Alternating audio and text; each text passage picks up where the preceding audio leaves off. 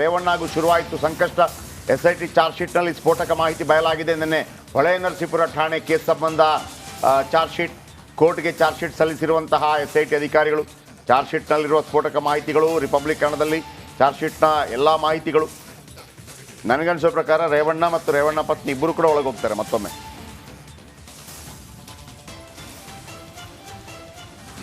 ನೋಡಿ ಇಲ್ಲಿದೆ, ಕೆಲವು ಪಾಯಿಂಟ್ಗಳನ್ನ ಹಾಕ್ತಾ ಹೋಗ್ತೀನಿ, ಅದನ್ನು ಹೇಳಿದರೆ ಆಮೇಲೆ ನಮ್ಮ ಬಾಯಿ ಪಾವನ ಆಗಿಬಿಡ್ತದೆ. ಚಾರ್ಜ್ ಶೀಟ್ನಲ್ಲೇನಿದೆ, ಹಣ್ಣು ಕೊಡೋ ನೆಪದಲ್ಲಿ ರೇವಣ್ಣರಿಂದ ಲೈಂಗಿಕ ಕಿರುಕುಳ, ಎಲ್ಲ ಕೆಲಸಗಾರರಿಗೆ ಹಣ್ಣು ಕೊಡ್ತಾ ಇದ್ದಾರೆ ರೇವಣ್ಣ. ಓಹೋ ಹಣ್ಣು ಕೊಡೋ ಮುಸುಡಿ ನೋಡು. ಕೊನೆಯಲ್ಲಿ ಹಣ್ಣು ಕೊಡೋ ನೆಪದಲ್ಲಿ ಸಂತ್ರಸ್ತೆಗೆ ಲೈಂಗಿಕ ಕಿರುಕುಳ, ಹೊಳೆ ನರಸೀಪುರ ಮನೆಯಲ್ಲಿ ಲೈಂಗಿಕ ಕಿರುಕುಳ, ಕ್ಲೀನ್ ಮಾಡಲು ಬಸವನಗುಡಿಗೆ ಮನೆಗೆ ಬಂದಿದ್ದ ಸಂತ್ರಸ್ತೆ ಅಲ್ಲೂ ಕಿರುಕುಳ. ಏನರೋ ನಿಮ್ಮದು, ಏನರೋ ಕಾಟ. ಅಜ್ಜಿನ ಬಿಡೋದಿಲ್ಲ, ಮಕ್ಕಳನ್ನ ಬಿಡೋದಿಲ್ಲ, ಆ ಹುಡುಗರನ್ನ ನಿಮ್ಮ ಇನ್ನೊಬ್ಬ ಮಗ ಬಿಡೋದಿಲ್ಲ. ಏನರೋ ಫುಲ್ ಫ್ಯಾಮಿಲಿ ಪ್ಯಾಕ್ ಆಗಿಬಿಡ್ತಲ್ರೋ. ರೇವಣ್ಣರಿಂದ ಅತ್ಯಾಚಾರ, ಭವಾನಿ ರೇವಣ್ಣ ಮನೆಯಲ್ಲಿ ಇಲ್ಲದಾಗ ಅತ್ಯಾಚಾರ, ರೇಪ್ ಮಾಡಿ ರೆಕಾರ್ಡ್ ಮಾಡೋದು. ಅಬ್ಬಾ ಇದೇನೋ ಒಂದು ಕಾಯಿಲೆ ಇದೆ ಕಣ್ರೆ, ನಿಮಗೆ ಕಾಯಿಲೆ ಇದೆ. ಯಾರಿಗಾದ್ರೂ ಹೇಳಿದರೆ ಆಮೇಲೆ ಹೆಣ್ಮಗಳನ್ನು ಅತ್ಯಾಚಾರ ಮಾಡಿ ಹೇಳಿದ್ರೆ ನಿನ್ನ ಗಂಡನನ್ನು ಜೈಲಿಗೆ ಹಾಕ್ತೀನಿ ಅಂತ ಬೆದರಿಸೋದು. ಇದು ಪ್ರಜ್ವಲ್ಲ ಅಯ್ಯಯ್ಯೋ. ಆಮೇಲೆ ತಾಯಿ, ಆಮೇಲೆ ಸಂತ್ರಸ್ತೆ ಮಗಳಿಗೆ ಕರೆ ಮಾಡೋದು, ಆಮೇಲೆ ಲೈಂಗಿಕ ಕಿರುಕುಳ ಸಾಕ್ಷ್ಯನಾಶಕ್ಕಾಗಿ ವಿದೇಶಕ್ಕೆ ತೆರಳಿದ್ರಂತೆ ಇವ. ಅವಾ ಭಗವಂತ ದೊಡ್ಡವನಪ್ಪ, ಸೋಲಿಸ್ಬಿಟ್ಟ ಇವನನ್ನ. ಇಲ್ಲದ ಯಾರು ಇವನನ್ನ. ಆಮೇಲೆ ರೆಕಾರ್ಡ್ ಮಾಡ್ಕೊಳ್ಳೋದು. ಓಹೋ ಒಳ್ಳೆ ಕ್ಯಾಮ್ರಾಮನ್ಗಳೆಲ್ಲ ಸೇರಿ ಇವನಿಗೊಂದು ಸನ್ಮಾನ ಮಾಡ್ಬೇಕಂಡ್ರು.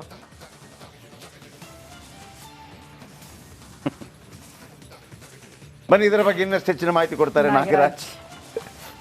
ನಾಗರಾಜ್ ಇವರ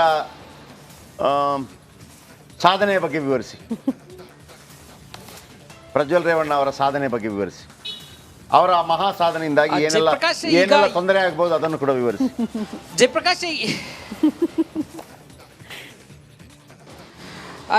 ಜಯಪ್ರಕಾಶ್, ಈಗಾಗಲೇ ಏನು ಈ ಒಂದು ಒಟ್ಟು 4 ಪ್ರಕರಣಗಳು ಪ್ರಜ್ವಲ್ ರೇವಣ್ಣ ಮೇಲೆ ದಾಖಲಾಗಿದ್ದು, ಅದರಲ್ಲಿ ಹೊಳೆನರಸೀಪುರ ಟೌನ್ ಠಾಣೆಯಲ್ಲಿ ಅವರ ತಂದೆ HD ರೇವಣ್ಣ ಮತ್ತು ಪ್ರಜ್ವಲ್ ರೇವಣ್ಣ ಮೇಲೆ ದಾಖಲಾಗಿದ್ದ 1 ಪ್ರಕರಣ, CIDಯಲ್ಲಿ ಅತ್ಯಾಚಾರಕ್ಕೆ ಸಂಬಂಧಿಸಿದಂತೆ 2 ಪ್ರಕರಣ, ಹಾಗೆಯೇ ಈ ಒಂದು ವಿಡಿಯೋಗಳನ್ನು ಏನು ರೆಕಾರ್ಡ್ ಮಾಡ್ಕೊಂಡಿದ್ದ ವಿಡಿಯೋಗಳನ್ನು ಹಂಚಿಕೆ ಮಾಡಿದ್ರು ಅದಕ್ಕೆ ಸಂಬಂಧಿಸಿದಂತೆ 1 ಪ್ರಕರಣವನ್ನು, ಒಟ್ಟು 4 ಪ್ರಕರಣವನ್ನು ಪ್ರಜ್ವಲ್ ರೇವಣ್ಣಗೆ ಸಂಬಂಧಿಸಿದಂತೆ SIT ತನಿಖೆ ಮಾಡ್ತಾ ಇರ್ತಕ್ಕಂಥದ್ದು. ಇದರಲ್ಲಿ ಹೊಳೆನರಸೀಪುರ ಟೌನ್ ಠಾಣೆಯಲ್ಲಿ ದಾಖಲಾಗಿದ್ದಂಥ ಅವರ ತಂದೆ ಜೊತೆಯಲ್ಲಿ ಮೊದಲಿಗೆ ಏನು A2 ಆರೋಪಿಯಾಗಿ ಅವರನ್ನು ಗುರುತಿಸಿರ್ತಾರೆ ಮತ್ತು ಲೈಂಗಿಕ ದೌರ್ಜನ್ಯ ಸೆಕ್ಷನ್ಗಳು ಮಾತ್ರ ಹಾಕಿರ್ತಾರೆ. ಆ ಪ್ರಕರಣಕ್ಕೆ ಸಂಬಂಧಿಸಿದಂತೆ SIT ಮೊದಲ ಚಾರ್ಜ್ ಶೀಟನ್ನು ಸಲ್ಲಿಕೆ ಮಾಡಿರ್ತಕ್ಕಂಥದ್ದು. ಇದರಲ್ಲಿ ಸಾಕಷ್ಟು ವಿಚಾರಗಳನ್ನು ಉಲ್ಲೇಖ ಮಾಡಿದರೆ, ಅದರೆಲ್ಲಕ್ಕಿಂತ ಇಂಪಾರ್ಟೆಂಟ್ ಏನಂತಂದರೆ, ಈ ಒಂದು ಪ್ರಕರಣದಲ್ಲಿ HD ರೇವಣ್ಣ ಏನು ನಿರೀಕ್ಷಣಾ ಜಾಮೀನನ್ನು ಜೈಲಿಗೆ ಹೋಗಿ ಬಂದು ಜಾಮೀನನ್ನು ಪಡೆದುಕೊಂಡು ಹೊರಗಡೆ ಇದ್ದಾರೆ. ಇದನ್ನು ಪ್ರಶ್ನಿಸಿ ಹೈಕೋರ್ಟ್ನಲ್ಲಿ SIT ಈಗಾಗಲೇ ಅರ್ಜಿ ಹಾಕಿದ್ದು, ಅದರ ವಿಚಾರಣೆ ನಡೀತಾ ಇದೆ. ಈಗ ಚಾರ್ಜ್ ಶೀಟ್ ಸಲ್ಲಿಕೆ ಆಗಿರೋದ್ರಿಂದ ಆ ಒಂದು ಅರ್ಜಿ ಏನು ಜಾಮೀನನ್ನು ರದ್ದು ಕೋರಿ ಅರ್ಜಿಯನ್ನು ಹಾಕಿದೆ SIT, ಅದಕ್ಕೆ ಮತ್ತಷ್ಟು ಬಲ ಸಿಗುವಂಥದ್ದು. ಒಂದು ವೇಳೆ ಈ ಒಂದು ಚಾರ್ಜ್ ಶೀಟ್ ಪರಿಗಣನೆಗೆ ತೆಗೆದುಕೊಂಡು ಏನು ಸೆಷನ್ಸ್ ನ್ಯಾಯಾಲಯ ನೀಡಿರ್ತಕ್ಕಂಥ ಜಾಮೀನನ್ನು ರದ್ದುಗೊಳಿಸಿದ್ದಾದರೆ HD ರೇವಣ್ಣ ಮತ್ತೆ ಜೈಲು ಸೇರಬೇಕಾದಂಥ ಪರಿಸ್ಥಿತಿ ಜಾಸ್ತಿ ಆಗುವಂಥದ್ದು. ಅಲ್ಲದೆ ಈಗ ನಡೀತಾ ಇರತಕ್ಕಂಥ ರಾಜಕೀಯ ಸನ್ನಿವೇಶಗಳಲ್ಲಿ ಈ ಒಂದು ಪರಿಸ್ಥಿತಿ ಎದುರಾಗೋ ಸಾಧ್ಯತೆಯು ದಟ್ಟವಾಗಿದೆ ಅಂತೇಳಿ ಸದ್ಯಕ್ಕೆ ಮಾತುಗಳು ಕೇಳಿ ಬರ್ತಾ ಇರ್ತಕ್ಕಂಥದ್ದು. ಆದರೆ ಏನಾಗುತ್ತೆ ಅನ್ನೋದು ಹೈಕೋರ್ಟ್ ನಿರ್ಧಾರ ಮಾಡುವಂಥದ್ದು. ಒಟ್ಟಾರೆಯಾಗಿ ಚಾರ್ಜ್ ಶೀಟ್ನಲ್ಲಿ ನಾಗರಾಜ್, ಈಗ ಈ ಮೂಢ ಹಗರಣ ಬಂದಾಗ, ಇದೆಲ್ಲ ಬಂದಾಗ ನಮಗೆ ಒಂಥರ ಎನ್ಕ್ವೈರಿ ಮಾಡಲಿಕ್ಕೆ ಭಾಳ ಇಂಟ್ರೆಸ್ಟ್ ಇರುತ್ತೆ. ಏನೆಲ್ಲ ಆಗಿದೆ, ಯಾರು ಸೈನ್ ಹಾಕಿದ್ರು, ಸಿಕ್ಕಾಕೋತಾರ, CM ಸಿಕ್ಕಾಕೋತಾರ, DCM ಸಿಕ್ಕಾಕೋತಾರ, ಅಥವಾ ಈ DK ಶಿವಕುಮಾರ್ ವಿಚಾರಗಳು ಬಂದಾಗ ಇದೆಲ್ಲ ಭಾಳ ಕ್ಯೂರಿಯಾಸಿಟಿ ಇರುತ್ತೆ ನಮಗೆ. ಆಮೇಲೆ ನಾವೇ ಪತ್ತೆ ಹಚ್ತೀವಿ, ನೋಡಿ ಸರ್ ಇಲ್ಲೊಂದು ಸೈನ್ ಆಗಿಲ್ಲ, ಹಾಗಾಗಿ ಇವ್ರು ಒಳಗೋಗುವಂಥ ಸಾಧ್ಯತೆ ಇದೆ ಅಂತೇಳಿ. ಇಲ್ಲಿ ನಿಮ್ಮ ಪರಿಸ್ಥಿತಿ ನೋಡ್ರಿ, ಈ ನನ್ನ ಮಗ ಮಾಡಿರೋ ಅಸಹ್ಯನೆಲ್ಲ ನಾವು ಕಲೆ ಹಾಕ್ಬೇಕಲ್ಲ. ಈ ನನ್ನ ಮಗ ವಿಡಿಯೋ ಮಾಡಿದ್ನಾ, ಮತ್ತೊಂದು ಮಾಡಿದ್ನಾ, ಇದನ್ನೆಲ್ಲ ಕಲೆ ಹಾಕುವಂಥ ಎಂಥ ದರ್ದು ನೋಡ್ರಿ ನಮ್ಮದು ಅಲ್ವಾ.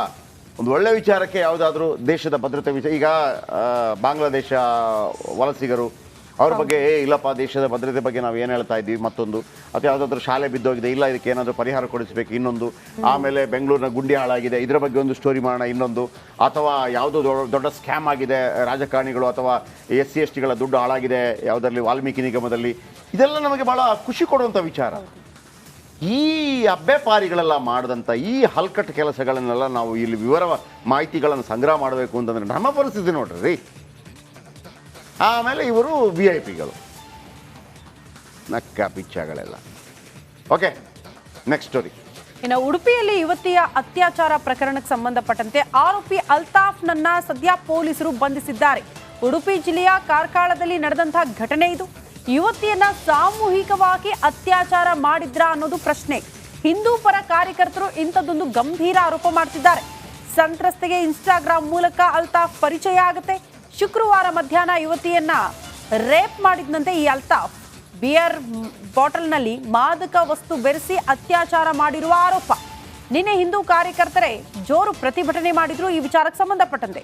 ಸದ್ಯ ಅತ್ಯಾಚಾರ ಪ್ರಕರಣ ದಾಖಲಿಸಿಕೊಂಡಿರುವಂತಹ ಪೊಲೀಸರು ಸಂತ್ರಸ್ತ ಯುವತಿಯ ಹೇಳಿಕೆ ಆಧರಿಸಿ ಆರೋಪಿಯ ಬಂಧನ ಕೂಡ ಆಗಿದೆ. ಮುಂದಿನ ಕ್ರಮ ಕೈಗೊಳ್ತಾರೆ.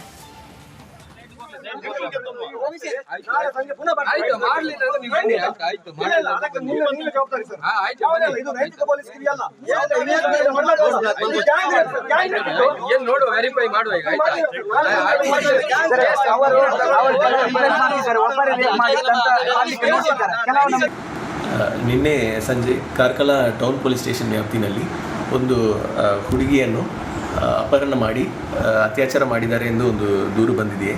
ಕೇಸಿಂದು ಸಾರಾಂಶ ಏನೆಂದರೆ, ವಿಕ್ಟಿಮ್ ಮತ್ತು ಅಕ್ಯೂಸ್ಡು 3 ತಿಂಗಳಾಗಿ ಇನ್ಸ್ಟಾಗ್ರಾಮ್ನಲ್ಲಿ ಪರಿಚಯ ಇದ್ದರು. ಆರೋಪಿಯಾದ ಅಲ್ತಾಫ್ ವಿಕ್ಟಿಮ್ಗೆ ಕಾಲ್ ಮಾಡಿ ನಿನ್ನೆ ಒಂದು ಕಡೆ ಬರೋಕ್ಕೆ ಹೇಳ್ತಾ ಇದ್ದಾನೆ, ವಿಕ್ಟಿಮ್ ಕೆಲಸ ಮಾಡೋ ಕಡೆಗೆ.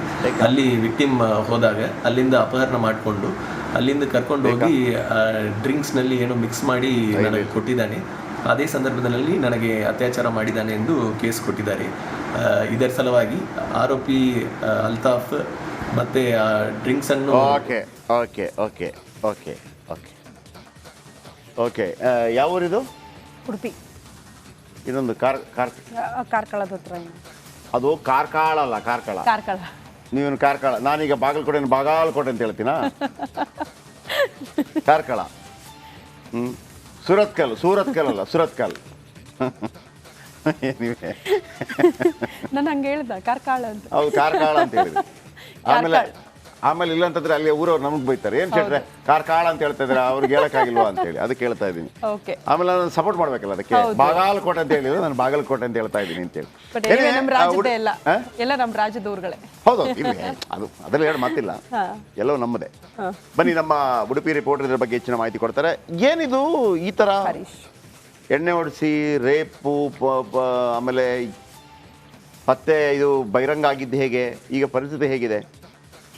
ಅಂದ್ರೆ ಇದು ಕಾರ್ಕಳದಲ್ಲಿ ನಡೆದಿರುವಂತಹ ಘಟನೆ ಹಿಂದೂ ಸಂಘಟನೆಗಳು